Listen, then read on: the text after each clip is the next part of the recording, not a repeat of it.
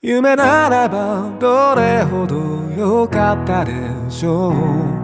未だにあなたのことを夢に見る。忘れたものを取りに帰るように、古びた思い出の誇りを払う。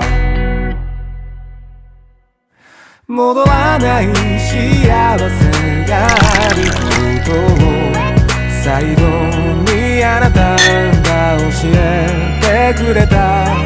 言えずに隠してた暗い過去も、あなたがいなきゃ永遠に暗いまま。きっともうこれ以上傷つくことなどありはしないと分かっている。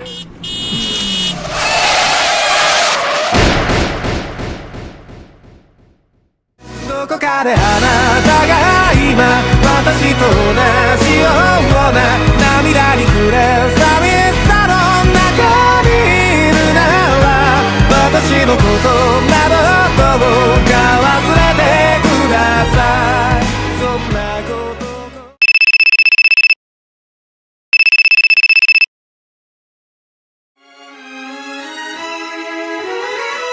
あの日の悲しみさえ、あの日の苦しみさえ、その全てを愛してたあなたと共に、胸に残り離れない苦いものに雨が降り止むまでは帰れない。